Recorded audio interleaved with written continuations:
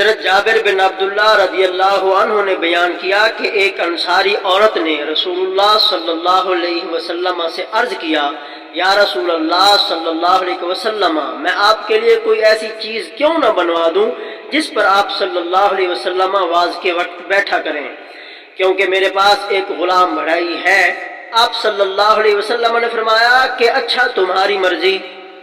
راوی نے بیان کیا کہ پھر جب ممبر آپ صلی اللہ علیہ وسلم کے لیے اس نے تیار کیا تو جمعہ کے دن جب نبی کریم صلی اللہ علیہ وسلم اس ممبر پر بیٹھے تو اس کھجور کی لکڑی سے رونے کی آواز آنے لگی جس پر ٹیک دے کر آپ صلی اللہ علیہ وسلم پہلے خطبہ دیا کرتے تھے۔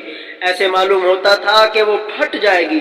یہ دیکھ کر نبی کریم صلی اللہ علیہ وسلم ممبر سے اترے اور اسے پکڑ کر اپنے سینے سے لگایا۔ اس وقت بھی وہ لکڑی اس چھوٹے بچے کی طرح سسکیاں بھر رہی تھی جسے چپ کرانے کی کوشش کی جاتی ہے۔ اس کے بعد وہ چپ ہو گئی۔ نبی کریم صلی اللہ علیہ وسلم نے فرمایا کہ اس کے رونے کی وجہ یہ تھی کہ یہ لکڑی خطبہ سنا کرتی تھی، اس لیے روئی۔